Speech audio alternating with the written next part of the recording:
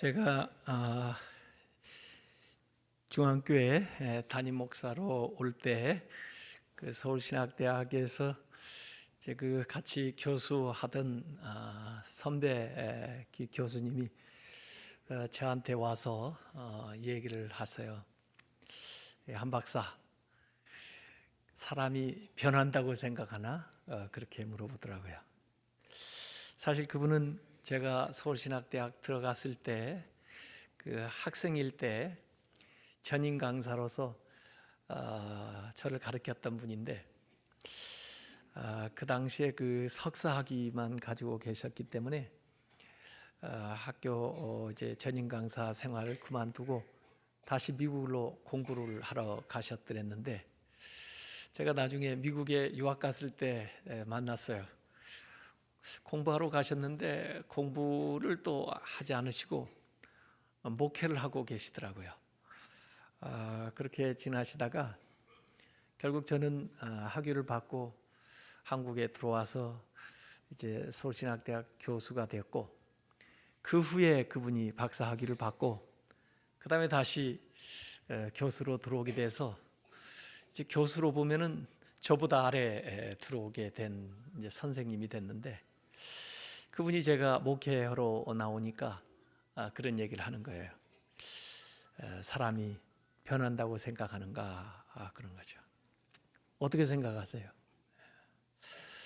저는 변한다고 물론 생각을 했죠.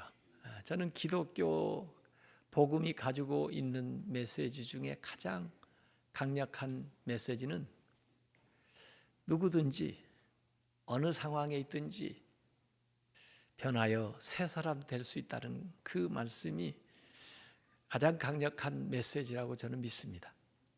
그걸 믿기 때문에 나온 거죠. 목회를 하면서 목회의 목적은 변화되는 겁니다. 설교하는 목적도 성도들이 변화되는 거죠. 근데 사실 정말 변화가 되고 있느냐 궁금해요. 그 때로 뭐 다른 사람 얘기할 거 없고 저 스스로 자문하는 거예요. 너는 10년 전에 비해서 지금 변화되었느냐 아니면 변질되었느냐, 이렇게 질문해 보는 거죠. 어떤 때는 자신 있게 대답할 수도 있지만 또 어느 때는 자신이 없을 때가 있어요. 어느 때 스스로 자책할 때가 있어요. 야, 너도 변화가 안 되는데, 너도 이 모양인데 무슨 다른 사람들을 변화시키겠다고. 그래. 아니 목사도 이 모양인데, 네 설교 듣고 있는 설교하는 사람도 이 모양인데 교인들이 그 설교 듣고 변화되겠니? 이런 생각을 저도 가끔 해요. 하여간에 변하지 않는 숙제인 것 같아요. 저는 저한테 얘기한 그 선생님의 그 말이 틀렸다는 것을 증명해 주고 싶은데 그게 쉽지가 않습니다. 정말 여러분은 변화되고 있습니까? 처음 믿을 때보다 지금 더 많이 변화됐습니까? 변화되고 있는 중입니까? 이런 질문을 가지고 저는 오늘 이 말씀을 대언하고 싶은 거죠. 저에게 있어서 가장 즐거움은 성도들의 변화입니다. 성도들이 은혜 받고 변하는 그 삶의 모습을 보는 게 제 소원이에요. 그걸 보면 어느 세상의 무엇으로도 얻을 수 없는 보람과 즐거움과 또 희열이 그 마음속에 일어나는 겁니다. 사실 성경에도 그런 인물들 많아요. 모세도 살인자요 도망자였지만 그가 변하여 새 사람 된 다음에 그 많은 백성들을 이끌어내는 민족의 영도자가 됐습니다. 베드로도 어부에 불과했고 예수님을 부인한 사람이었지만 그가 변하여 새 사람 된 다음에는 어떤 공부 많이 한 사람보다도 어떤 대단했던 사람들보다도 하나님의 역사로 보면 귀한 초석, 교회의 초석을 놓은 사람이 되었습니다. 바울, 예수 믿는 사람을 핍박하고 그렇게 본인이 얘기한 대로 죄인 중에 괴수였던 이 바울이 변해서 새 사람 된 다음에는 이 복음을 세계 만방에 증거하는, 그리고 그 복음 때문에 자기의 목숨을 바치는 위대한 선교자가, 순교자가 되었습니다. 교회사에도 보면 어거스틴 같은 사람, 탕자라고 했지만은 이 어거스틴은 성자가 되었어요. 또 존 뉴턴이라는 사람도 노예 상인이었었지만은 이 사람이 하나님의 교회를 이끌어가는 훌륭한 목사님이 되었던 것을 우리는 살펴봅니다. 과연 이 사람들은 예외적인 경우이고 우리는 다른 건가? 이런 생각도 하게 되는 거죠. 사무엘이 사울을 만났을 때, 그때 사울은 보잘것없는 사람이었어요. 그런데 그 사울에게 이 사무엘상 10장 6절에 보면 너에게 여호와의 영이 크게 임하리니 너도 그들과 함께 예언을 하고 변하여 새 사람이 되리라 그랬습니다. 아마 성경에 나오는 변하여 새 사람 된다는 첫 번째 언급이 여기에 나오는 것 같아요. 하나님의 영이 임하게 되면은, 더구나 성령이 충만하게 임하게 되면은 내가 변해서 새 사람이 된다. 성령을 통해서 마음이 새로워질 뿐만 아니라 새로운 삶을 살게 된다 해서 그가 이스라엘의 왕도 되고 위대한 사람이 되었는데, 그런데 그 사울이 어떻게 됐어요? 나중에 도로묵 됐어요. 그래가지고 옛날만도 더 못해진 사람으로 끝났는지도 몰라요. 변화되는가 했더니 또 이렇게 잘못되는 사람도 있더라고요. 그런 경우를 잠언서 26장 11절에 보면 개가 그 토한 것을 도로 먹는 것 같이 미련한 자는 그 미련한 것을 거듭 행하느니라 그랬습니다. 어려서 보니까 개가 음식을 잔뜩 먹고 이제 답답하고 힘들어지니까 담벼락 밑에 가가지고 다 토해놓아요. 그리고 한참 돌아다니다가 출출해지니까 다시 그 장소에 와가지고 아까 토해놓은 걸 또 먹는 거죠. 개가 그 토한 것에 돌아가는 거예요. 베드로후서 2장 22절에 참된 속담에 이르기를 개가 그 토하였던 것에 돌아가고 돼지 깨끗이 씻어놨는데 씻었다가 더러운 구덩이에 도로 누웠다 하는 말이 그들에게 응하였도다. 변하는가 했더니 다시 돌아간 사람들의 이야기입니다. 변해야 되고 계속해서 변해야 됩니다. 그것이 우리가 목표하는 거고 이 성경이 우리에게 가르치는데 나부터 적용해서 그러고 있는가 한번 생각해 볼 일이에요. 에베소서 4장에 우선 지난주에 앞에 교회가 하나 돼야 된다 하는 얘기를 했고 이제 후반부에는 거룩함에 대한 이야기를 한다고 그랬는데 오늘 부분은 그 새 사람이 되는 원리에 대한 이야기를 하고 있고 원칙에 대한 이야기를 하고 있고 그 다음에 다음 주에 다룰 나머지 부분에서는 실제 생활 실천면을 다루고 있습니다. 그러면 원래 원리에 대한 이야기부터 한번 해보는데 마치 에베소서 2장에 나와 있는 말씀 그때의 너희들이 그렇게 살았으나 지금은 이렇게 살아야 된다. 그때와 지금을 비교해서 얘기한 것처럼 오늘 이 4장 이 대목에서도 다시 다른 언어로 그때 어떻게 살았는지 지금은 어떻게 살아야 되는지를 얘기를 하고 있어요. 그래서 17절에 그러므로 내가 이것을 말하며 주 안에서 증언하노니 주 안에서 증언한다는 것은 주님의 권위로 주님의 이름으로 이 얘기한다는 거예요. 이제부터 너희는 이방인이 그 마음에 허망한 것으로 행함같이 행하지 말라라고 얘기했습니다. 이제부터는 더 이상은 앞으로는 너희들이 이방인도 아니고 종도 아니니까 하나님의 자녀가 되었으니까 이전처럼 살아서는 안 된다라고 얘기했습니다. 그러면 이전에는 어떻게 살았나요? 마음이 허망해서, 마음이 허망하다, 마음이 공허하다 그 말이에요. 마음이 텅 비어가지고 주인이 없어요. 그래서 허무해요. 그래서 헛된 것을 추구해요. 허망하게 살았어요. 이 옛사람, 옛날 살던 모습이고 지금 세상 사람들이 사는 모습이고 지금 세상의 모습이에요. 세상에 보는 뉴스에 전부 등장하는 사람들의 모습이에요. 어둡고 절망적이고.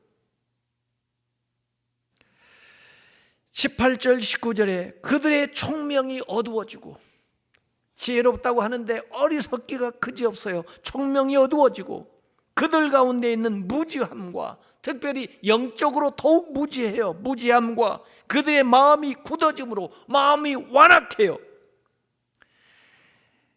마음의 굳어짐으로 말미암아 하나님의 생명에서 떠나 있도다. 하나님의 생명에서 떠나는 것은 심판이에요. 하나님의 생명에서 떠나는 것은 영적인 죽음이에요.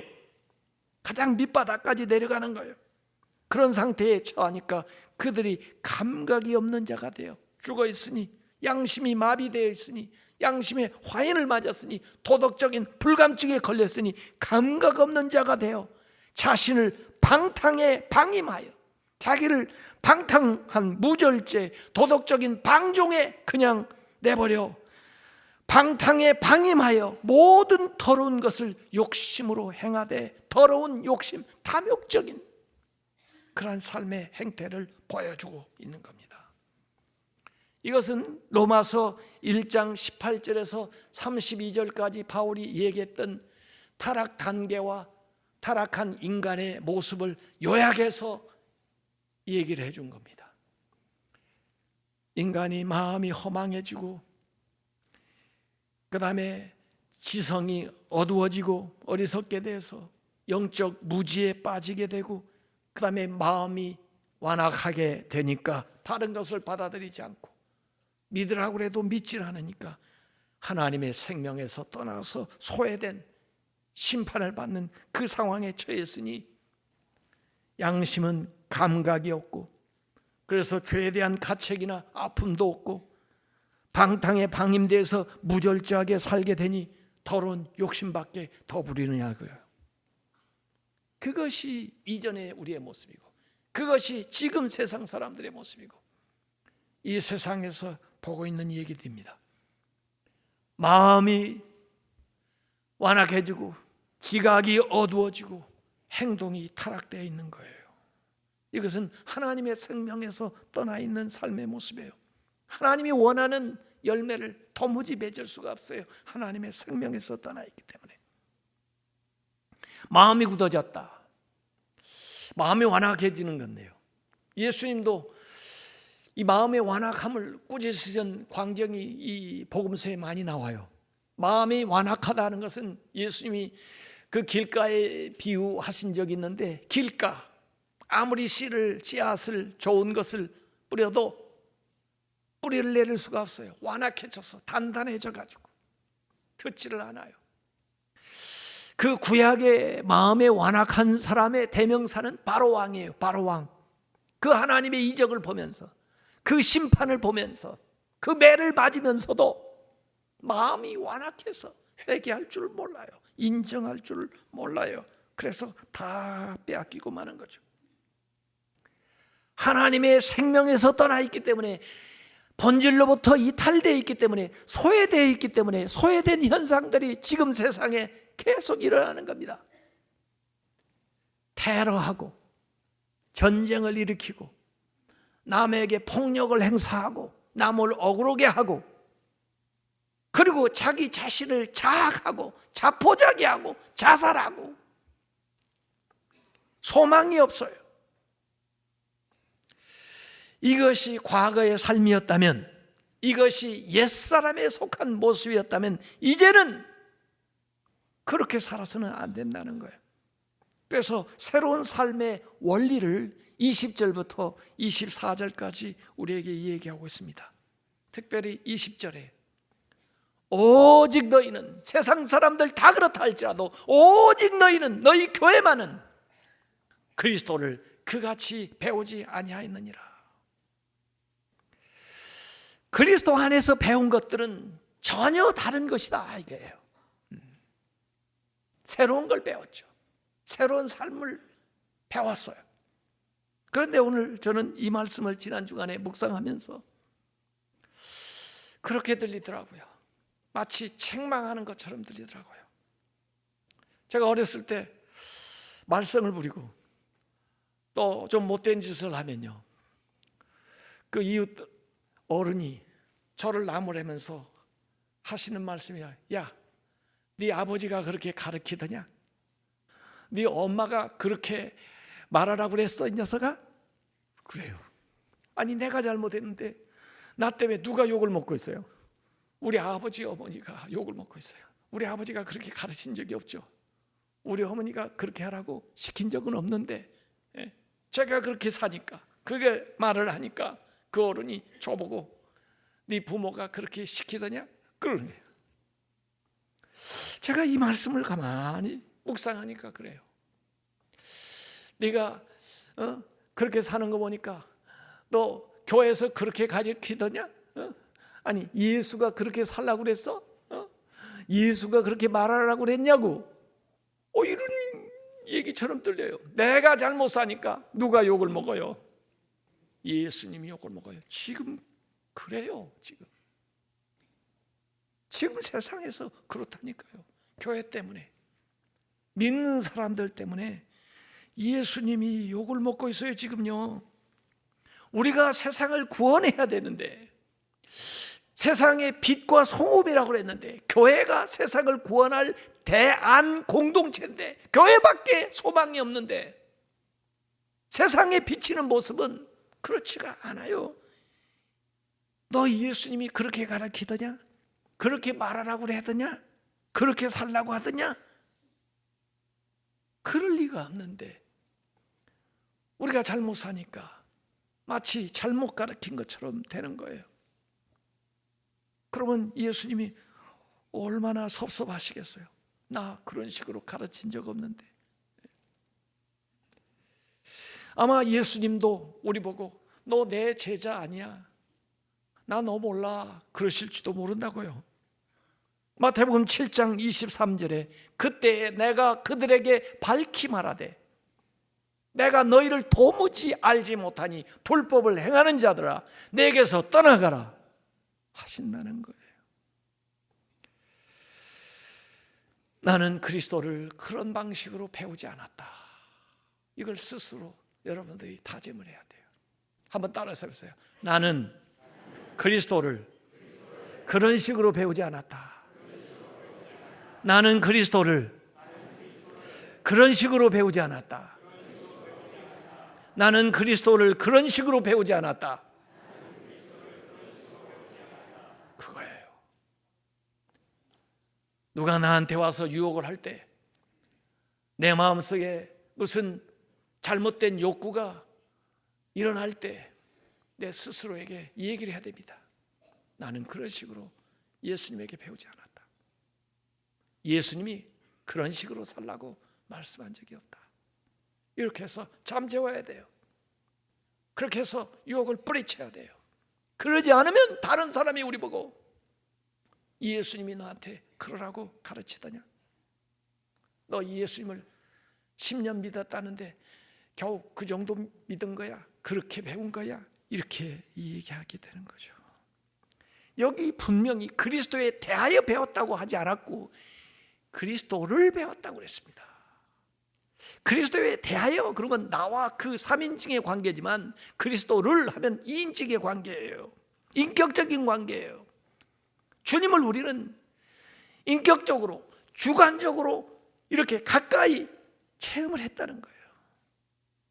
그래서 예수님을, 그리스도를 배운다는 것은 그를 이론적으로 교리적으로 아는 것이 아니라 주님이 생각하시고 주님이 말씀하시고 주님이 행동하신 방식대로 살아간다는 거예요. 그분의 가치관이, 그분의 삶의 방식이 나의 삶을 통해서 나타나는 거예요. 그건 다시 말해서 작은 예수가 되는 것이 그리스도를 배운 것입니다. 21절에 진리가 예수 안에 있는 것 같이, 진리가 예수 안에 있습니다. 예수님이 진리십니다. 내가 곧 길이요 진리요. 이 진리는요, 관념적인 게 아니에요. 인격적이고 존재론적인 거예요. 왜 예수님이 진리입니까? 예수님은 삶을 삶으로 풀어내시기 때문에, 그 삶에 삶이 담겨 있기 때문에 그게 진리예요. 진리는요, 관념적인 게 아니에요. 존재론적이에요. 인격적인 거예요. 진리가 예수 안에 있는 것 같이 너희가 참으로 그에게서 듣고 예수님에게서 듣고 또한 그 안에서 가르침을 받았다 그랬습니다. 여기 학교 이미지가 나오네요. 학교, 우리가 그리스도를 배우고 그리스도에게서 듣고 그리스도에게 가르침을 받았습니다. 너희는 그리스도를 배웠다. 너희는 그리스도에게서 들었다. 너희는 그 안에서 가르침을 받았다는 거예요. 그것을 우리가 보여줘야 됩니다. 삶을 통해서 드러내야 돼요. 주님의 충실한 학생, 제자인 것을 나타내야 됩니다. 그래서 여기 인간 갱신의 세 단계가 여기 22절부터 24절까지 나와요. 너희는 유혹의 욕심을 따라 썩어져가는 구습을 따르는 옛사람을 벗어버리고 1단계, 오직 너희의 심령이 새롭게 되어 2단계, 하나님을 따라 의와 진리의 거룩함으로 지으심을 받은 새 사람을 입으라 3단계. 그래서 1단계는 옛사람을 벗어 제끼는 거예요. 옛사람을 벗는 게요, 우리 스스로도 힘들어요. 너무 덕지덕지 그동안 잔뜩 입어가지고요, 혼자 벗을 수도 없어요. 벗겨낼 수가 없어요. 그래서 옛사람을 벗어내는데 그리스도 예수의 도움이 필요해요. 예수의 그리스도의 십자가로 우리의 옛사람을 벗어내는 거예요. 옛사람은 뭐냐? 죄의 지배 아래에 살아가는 삶이에요. 그래서 여기 유혹의 욕심을 따라 사는 생활. 누가 유혹해요? 사탄이 유혹하죠. 누가 유혹해요? 세상이 유혹하죠. 누가 유혹해요? 내 마음에 있는 정욕이 나를 유혹하죠. 그 유혹을 따라 과거에 살았던 거예요. 그것은 썩어져 가는 것이에요. 썩어져 가는 거예요. 좋아지는 것이 아니에요. 나아지는 것이 아니에요. 나빠지는 거예요. 썩어져 가는 구습을 따르는 생활이에요. 썩어져 가는 과일을 아무리 놔둬도 좋아질 가능성은 없습니다. 더 썩지.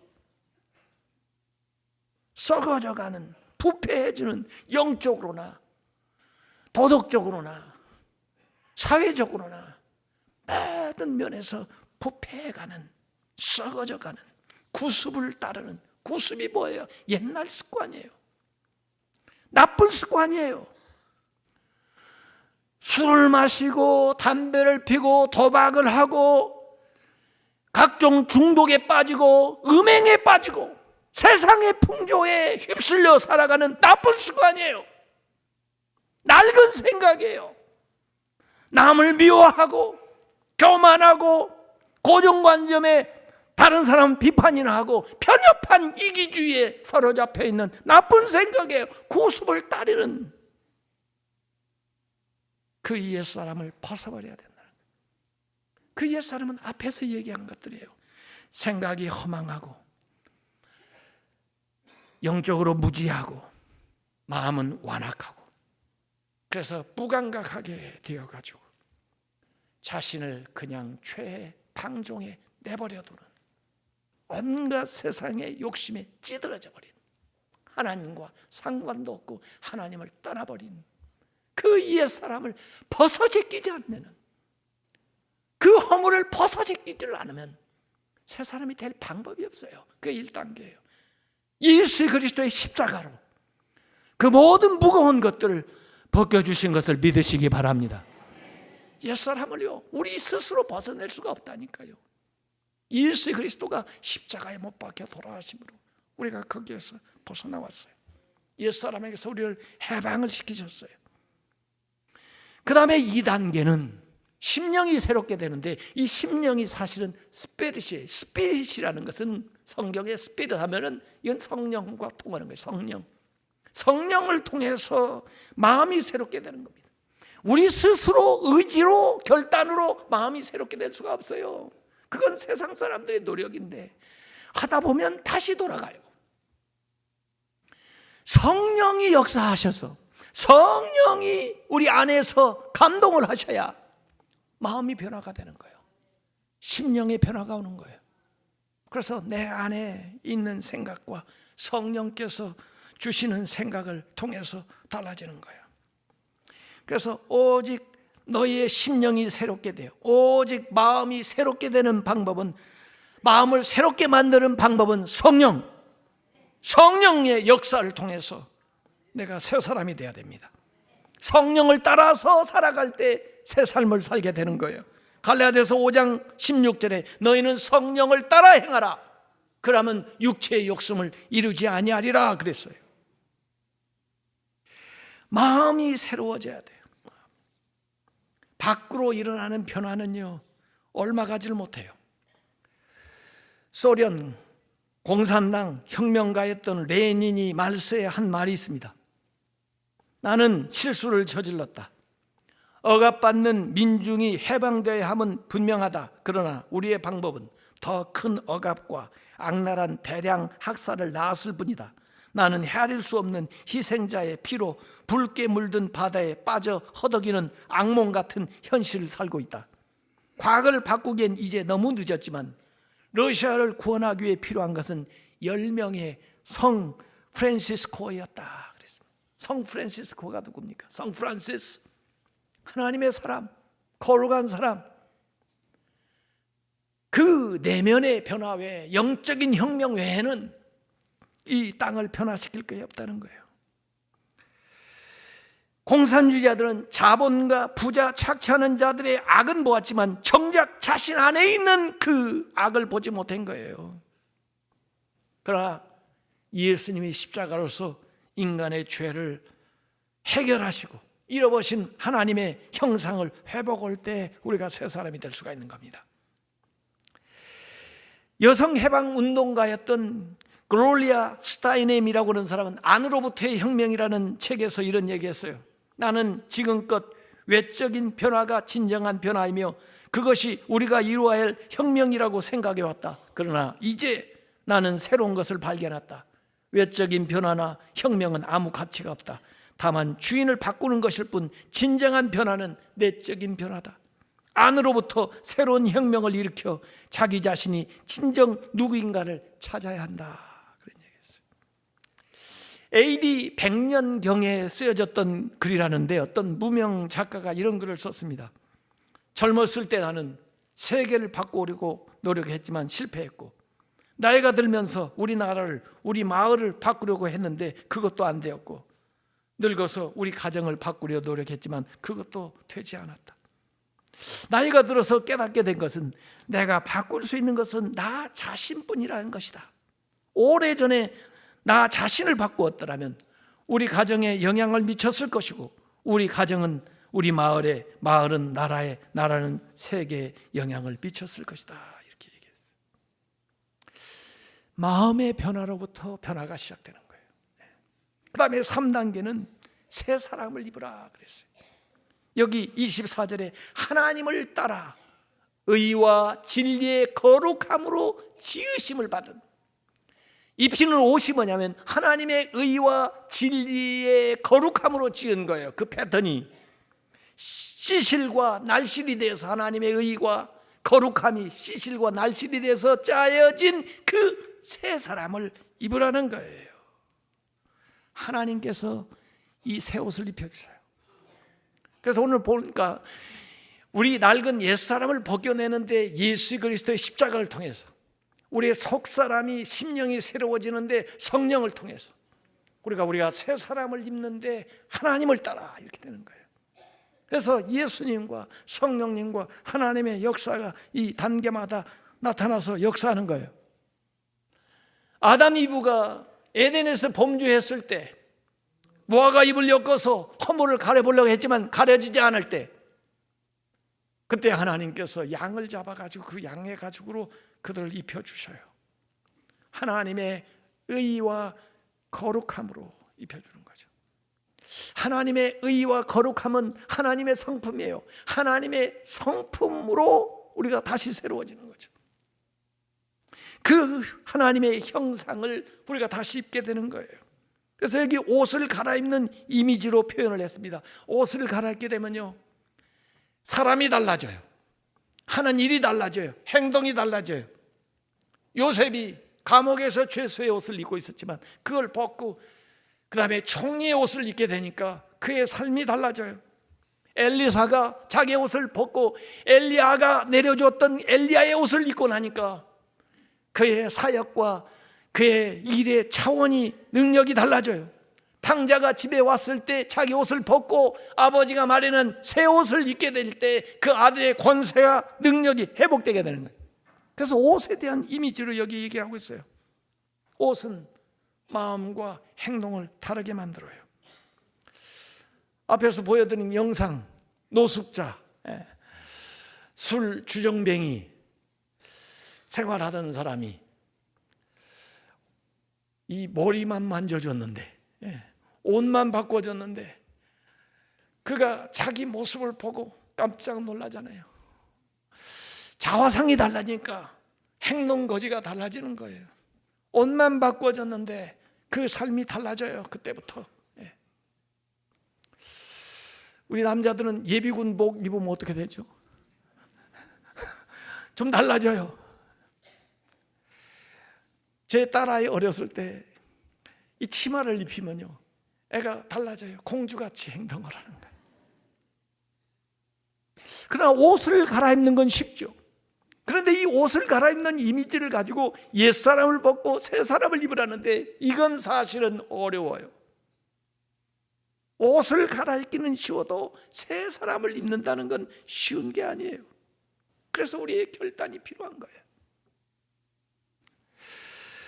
예수님께서도 새 포도주는 새 술에 담으라고 그랬어요. 만약에 이 포도주를 담으면서 낡은 부대에다 집어넣으면요, 이 발효하는 것을, 그 생명력을 견디지 못해가지고 터지는 거예요. 그렇다고 해서 옛날 그 가죽에다가 새 가죽을 좀 더 붙여가지고 누더기를 만들어도 안 돼요. 약한 부분에 또 터지기 때문에 완전히 새 걸로 바꿔야 돼요. 새 옷을 입어야지. 옛날 있는 옷에다가 좀 기워가지고 또 좀 붙여가지고 누더기를 만들어서 입었다, 안 돼요. 옛 생활을 완전히 청산하고 새 사람이 돼서 새 옷을 입어야지. 옛날 하는 습성을 그대로 가지고 있으면서 일부 부분적으로 고쳐서 누더기를 입고 생활하겠다, 안 되는 거예요.